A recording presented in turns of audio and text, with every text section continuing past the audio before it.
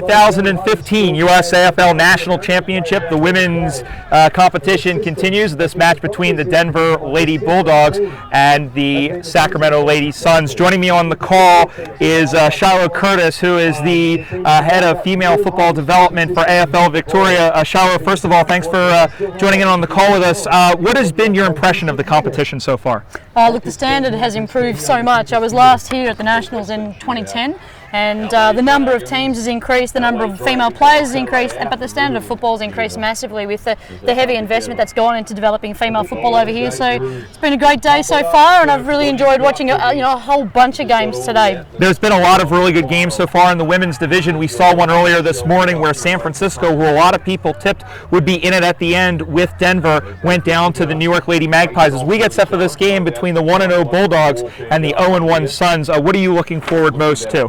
Oh, look, obviously the Denver unit is really good. They are a bit of a juggernaut, and I like how they play their footy, and they are pretty relentless. I really enjoy that. But certainly in their opposition, we've seen from them today that they're very physical and they work really hard. They run well in numbers, and they performed really consistently throughout their game earlier today.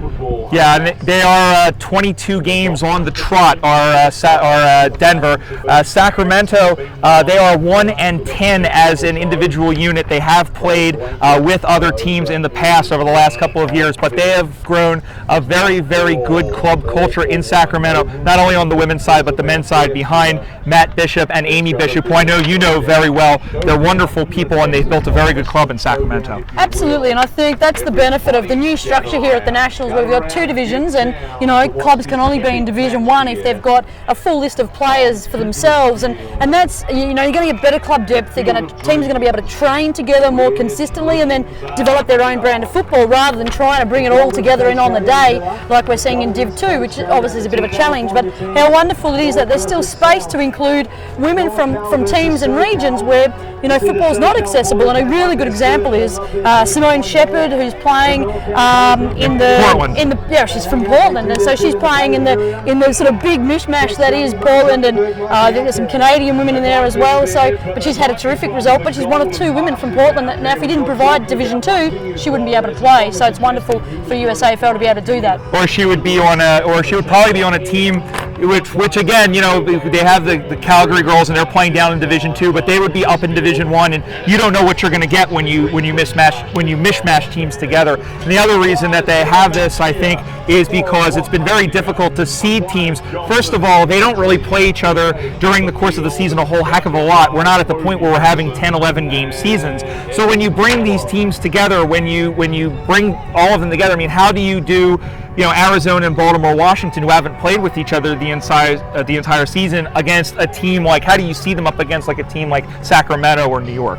Exactly. So I think this is a really good structure. I think it's going to promote clubs to develop from within rather than rely on bringing in externals, and those that can't quite field a team. And I look at Arizona, who've brought 14 women here. Now, they struggled 12 months ago when the Arizona women were in Australia, and I had a good chat with them, and they were down to 2 or 3 players locally, and they've done a lot of work to really invest in their local depth. And they've said, yep, this year we've got a hybrid team, and then next year we've built 14, we've brought 14 here to Austin. Next year we're really committed to getting those extra 4 or 5 or 6 players and coming along to the Nationals and being in Division 1. Right. Now there's actually aspiration for those clubs to actually try and do that. So, I think the structure provides aspiration for the developing clubs, and certainly a real challenge for those that have got their own full lists. I am very impressed with how Arizona has grown over the last couple of years, and also their new players are very, very good. So it's great to see the Lady Hawks, who have been for a foundation club of this women's competition,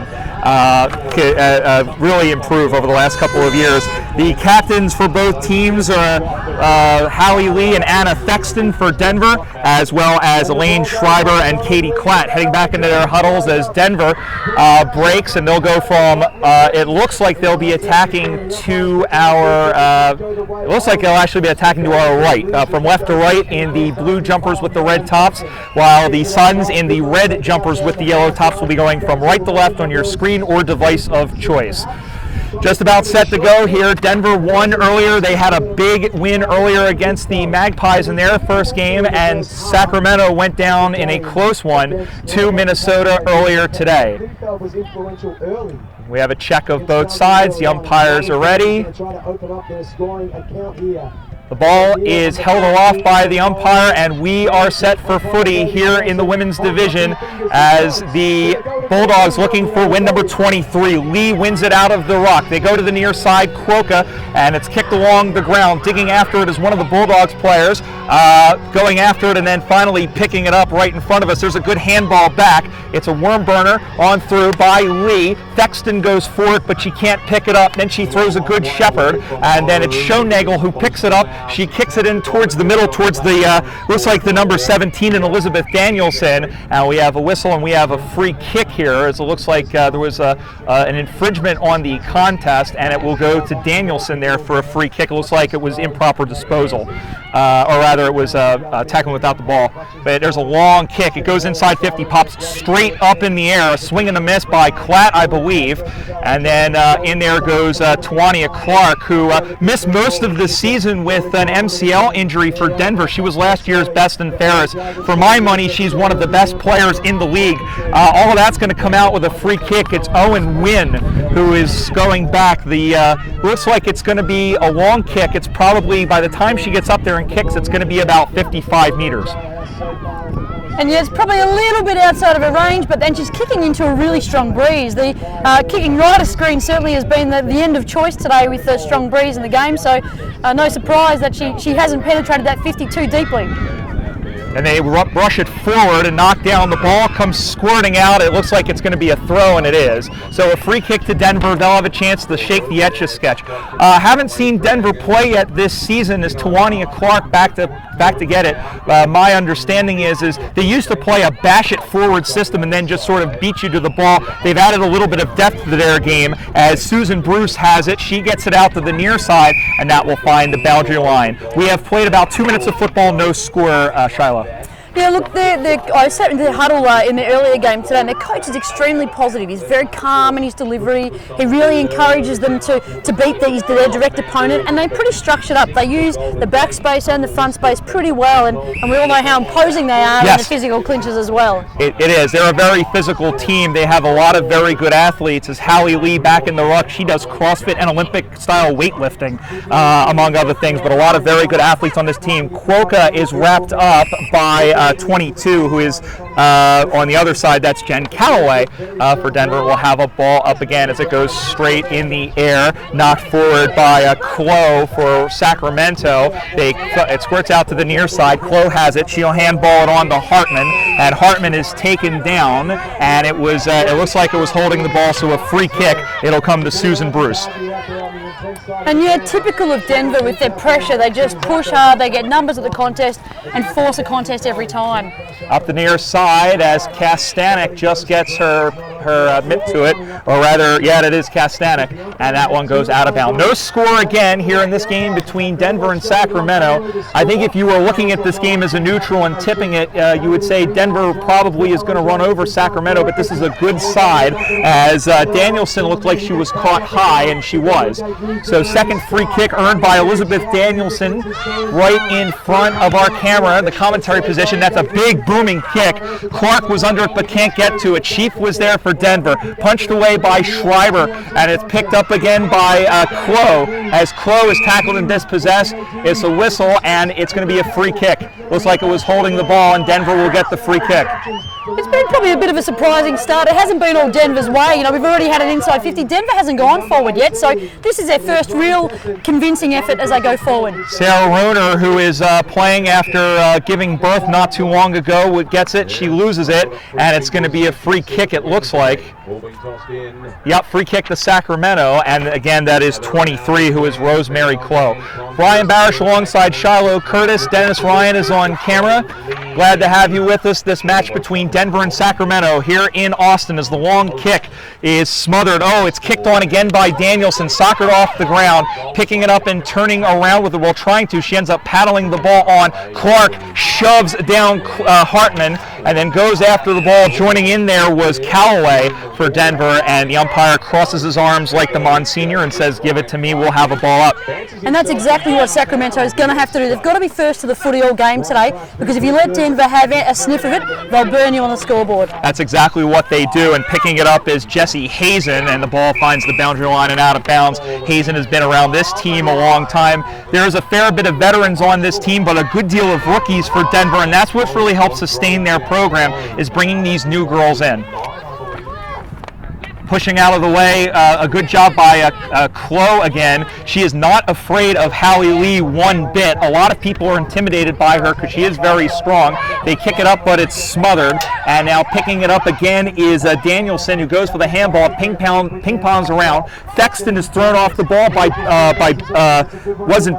Bilka for Sacramento, and then the kick goes up long. Clark gets through, and watch her speed, Tawania Clark. She throws it on to the right, a long one, up over everybody. It goes over into the corner. Chasing down after it is 24 for Sacramento, who is Althea Season, who is on the USA Liberty development team in Florida, and we have a whistle over in the corner, and it looks like it's going to be a free kick to Sacramento. Well, Sacramento have had a number of free kicks already, which indicates they're playing in front, they're first to the footy, and maybe a little bit undisciplined play at the moment by Denver, and just has held their game up a fair bit today so far. Denver has been very, very truculent coming into this game about them continuing it on. It's been balanced. I know Hallie Lee has been very omnipresent of how the rest of the clubs in the USAFL are starting to catch up to them with better football, but this, as you said, Shiloh, is a little bit of a surprise start back and forth as it bumbles down into the corner. She's picked up, and as she wriggles away is Schoenagel, I believe, and Schoenagel puts it up for her. Lee tried to get it but couldn't. Running through again is Hazen. She gets through. She finds Clark. Clark will bootleg around. She has a bounce. Mustard came off the hot dog a little bit, but she gets to it, and we have a whistle, and it's going to be a free kick. Yeah, there's an infringement there. It was a bit of a tussle between two players, and the Denver player was held as they fell to the ground. So could have gone either way, but probably a fair result. Yeah, and usually if you say that it can go either way, I usually side with the umpires. Jessie Hazen will go back. She'll survey what she has. Not the best of kicks. It's a line drive right into the woman on the mark, and then Klatt overran it. Over into the corner is a couple of players over there, and it looks like, I want to say that's Squilla over there for Sacramento. We'll have a ball up. Very surprising, no score on the Black Chrome scoreboard. Sacramento and Denver here in the first half as Hazen has it. She throws it on to the right over into the corner. Almost getting it was Kastanek, and then Schoenagel's able to handball it away. And then the clear out, was it in? Yes, it's still in. Up the near side, punched away by Bruce, and the ball goes over the boundary line and out of bounds. It's good to see Klatt start to work her way into the play. She was excellent in the first game, a little bit quiet today, but she is a rising star in the USAFL, so let's keep an eye on how she goes today for Sacramento. I'm very impressed with how she played in the Freedom match against Canada in the Parallel Cup. She was all over the place. She is definitely, in my book, and this considering, she's only played 2 years, one of the best defenders on the women's side in the USAFL. Polka's kick is up into the middle as there's a whistle and a free kick as Clark was tackled without the ball by Leilani Silvio for Sacramento. It'll be a free kick for the mother of four firefighter from Denver as she kicks it on forward, looking for Thexton. She can't get to it.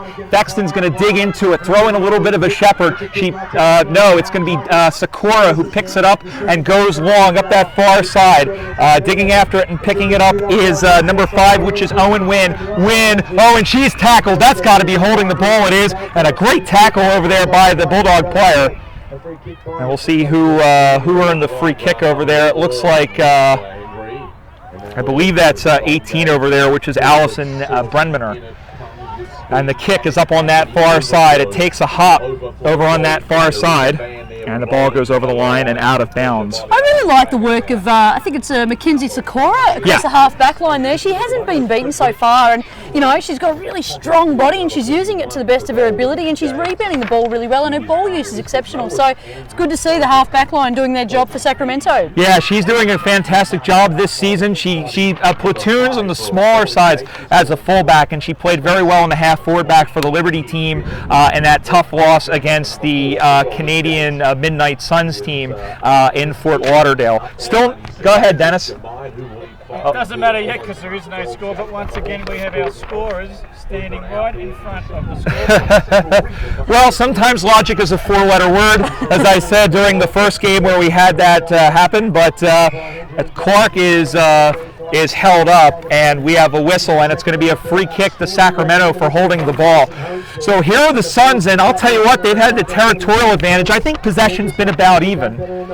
Absolutely, and look, we still haven't seen the footy go inside the critical 30-metre line. I think in female footy, we really talk about inside 30s as genuine scoring opportunities, not so much 50s, and I don't think either team's gone inside 30, so it shows how evenly balanced these two teams are at the moment. It is actually a 45-metre line.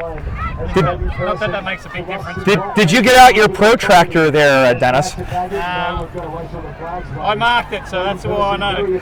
Eckstein kicks it up the side for Denver, and then they pummel it back, does Sacramento. Did that find the boundary line? It looks like it's out on the full, yeah.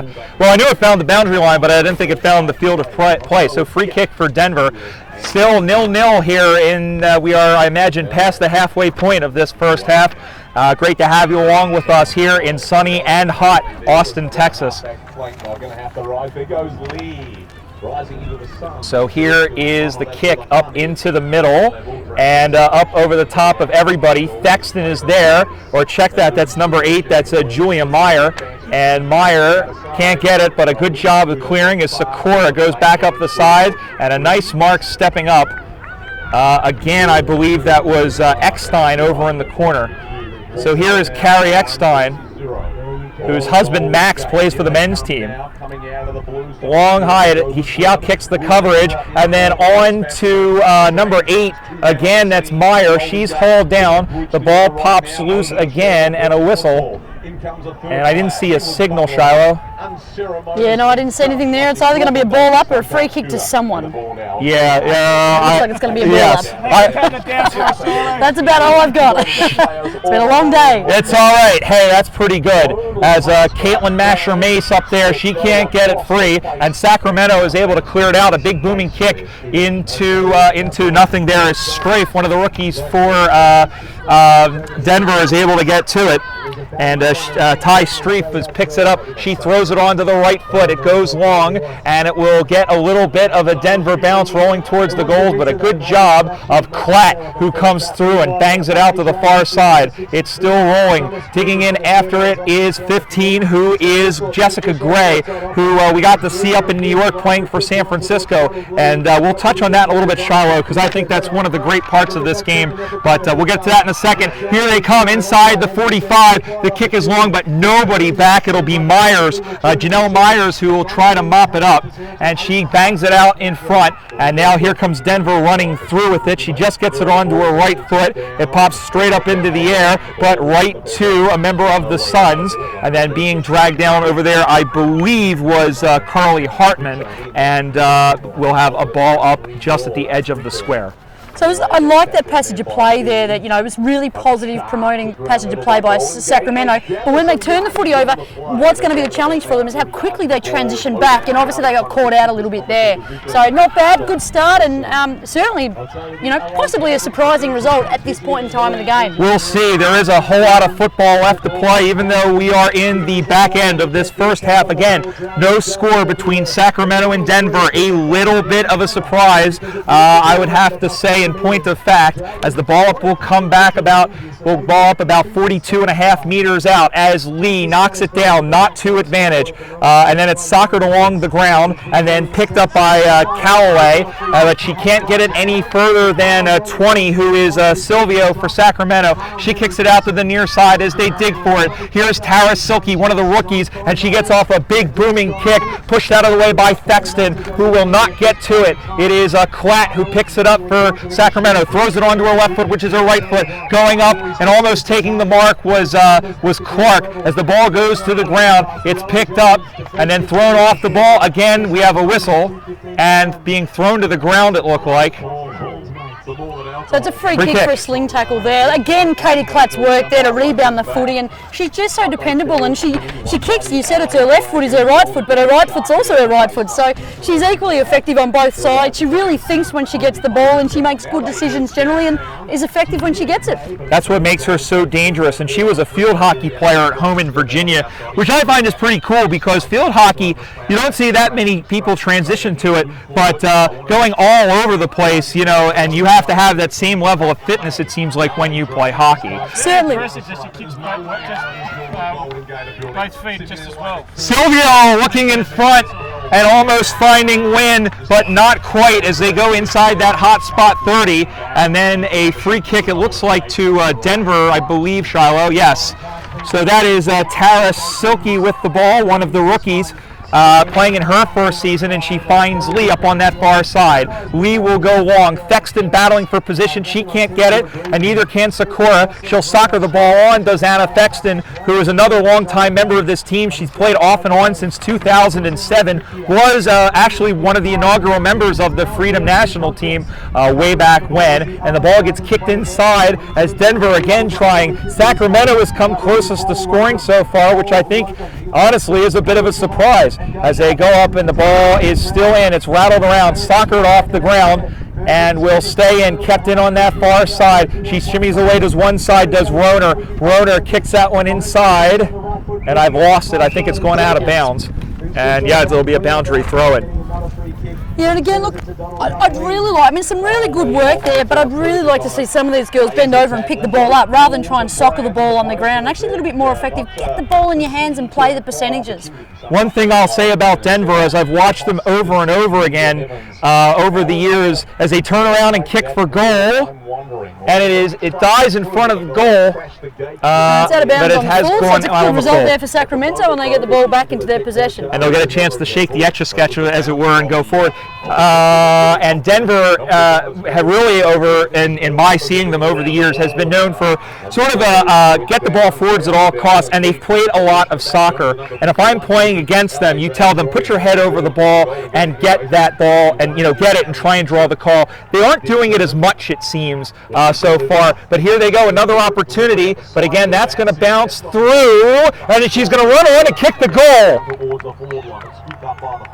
And finally, we have our first score of the game, I believe off the foot of Lindsay Kastanek. And look, Kastanek earlier in the earlier game was just there. She was probably their best on ground. I really liked how she worked forward, very attacking forward, and she's certainly in great form and catches it nicely and finishes really well. So Sacramento's probably not going to be so happy with that result. They've worked really hard all quarter, or all half, so I should say. Yeah. But, to get a goal scored against you in that red time there, like they just did, probably a little bit disappointing, and probably not indicative of the work rate that they've put in for this first half. Not at all. It's a shame, and you know what? All Denver needs is a little bit of momentum. And Kastanek, she is a little bit of, she's not the speediest player. She does have some good sprint speed as well, much like Hallie Lee. She does do powerlifting, and she also does CrossFit as well. So she is very good, and she's very effective around the goal. So on the Black Chrome scoreboard, we have our first score of the game. It's 1 straight to no score. Denver with the lead. This is going to be a grinded out game, but can Denver use that to pull away a little bit? They pump it inside 50 again. As that one kicks, it's going to go forward over and into the corner. Masher is going to try and chase it down. The boundary line is going to win that race, and it'll be a boundary throw-in, probably about 15 or 20 meters around from the Denver target, Shiloh. And look, it's this breeze is pretty heavy today, so maybe if they can get to Sacramento, can keep Denver to 1 goal in this first half, that's almost a win for them, because it is probably a two and a half goal win, I'd say, and no behind scored, so nothing troubling the scorer there, so good result so far. I thanked Grilla earlier, because he's from Perth, for bringing the Fremantle doctor with him, as it seems to be cooling us off a little bit. Looks like we have a free kick, and the way everybody is moving, it'll go to It'll go to Sacramento in the corner there. I believe that's Squilla in that back pocket. Check that. That is Sakura going out to the near side looking for Danielson but not finding her. And then, she's tackled without, I think it was close to being tackled without the ball, but no, there's a stiff arm and a nice one by Hazen as she throws it on to the right, but right into the path of two Suns. And they'll look to get it out in a hurry. They clear it out, and a whistle, and I believe that was... No, that's the whistle over there. That is for us. So halftime, or they're double checking. No, it is it's going to be a ball up. I think it is not for us. No, and that's one of the weird things about having 5 games next to each other, especially when you consider that you have the horn right behind us. So play continues here in the first half. She's thrown down by Danielson, and it is a good tackle. So Elizabeth Danielson playing very, very well. She's very well involved, and she's using her size to really sort of pressure the defense and get some free kicks. Yeah, she's been exceptional all day. I like her defensive work. That's us. That is the siren. That is the siren. Halftime at the football. A very, very back and forth game, not indicative of what's on the scoreboard. Your score at half. Play a whole ground and be able to affect the scoreboard, we hope, eventually to make a much more balanced game. But certainly don't take anything away from Denver, and you give them a sniff, and they'll kill you on the scoreboard, as we know. If you give a mouse a cookie, they're going to want a glass of milk, and that's what they're going for. They want a whole dairy of milk. Yeah. Denver are so hungry for success, and that's why they've been so strong for a long time. Their score again at the end of 20 minutes of play here in this one. It's the Denver Lady Bulldogs 6, the Sacramento Suns nothing. We'll step aside and come right back with the second half of this one. You're watching the USAFL National Championships from Austin, Texas here on USAFL.com.